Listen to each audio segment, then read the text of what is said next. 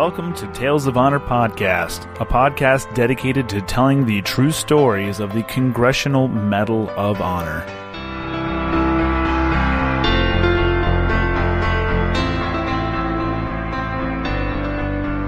Hey everyone, welcome to Tales of Honor Podcast, or welcome back for those of you who are returning. I'm your host, Christoph Ambrose, and before we get into tonight's episode, which is going to take us back to the Vietnam War, it's episode 22, I want to tell you guys about DesignCake Studios. They're a small, creative design company with big talent in graphic and web design. If you or your business need a look or maybe a new look, head on over to DesignCakeStudios.com and check out what they can do for you. I know I did this, and what did I get? Well, I'm glad you asked. I got myself business cards for both my businesses and a logo designed for my detailing business. And honestly, I'm so happy with how things played out. The only way I could be more happy is if I hadn't paid a dime. But what I will say is if you go there and let them know that you heard about them here on the podcast, you may not get a free design, but what you will get is a free consultation. DesignCake Studios, fresh thinking, made bold. And now, a tale of honor. James H Monroe was born on the 17th of October, 1944, in Aurora, Illinois. He attended Wheaton Central High School and participated in football and the biology club, and graduated in 1962.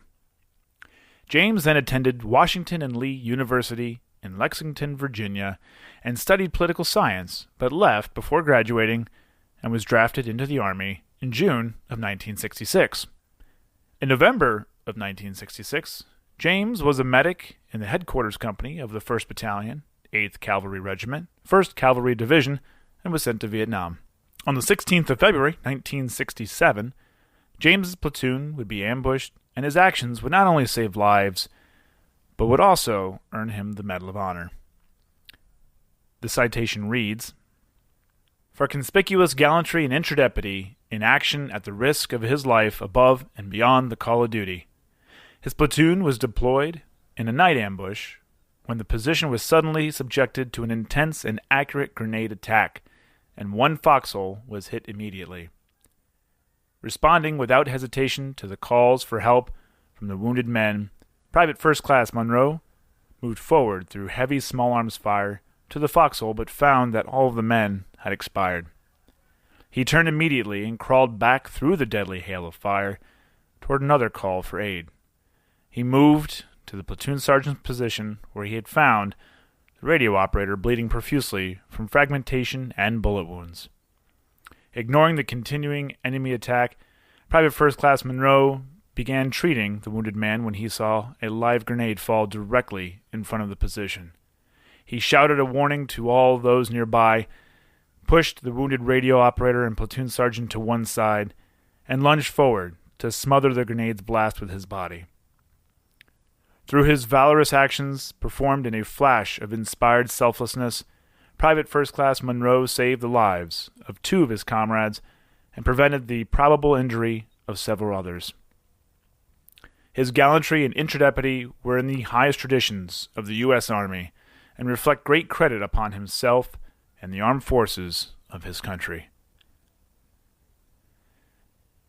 James H. Monroe was buried at the Wheaton Cemetery in Wheaton, Illinois, and his family was presented with his Medal of Honor on his 24th birthday. And that was a Tale of Honor. Thank you so much for listening to Tale of Honor Podcast, and if you like this podcast, be sure to leave a nice review, rating, and tell a friend, tell your family. If you happen to get into a fender bender today, make sure one of the first things you tell the person that you hit was about this podcast. Just let them know. It may change their life. You never know. You can see more information on Facebook, Instagram, and at thebeardeddetailer.com/TOH podcast. If you have any questions or comments, you can send them to talesofhonorpodcast@gmail.com. And until next time, I'm Christoph Ambrose. Thanks for listening.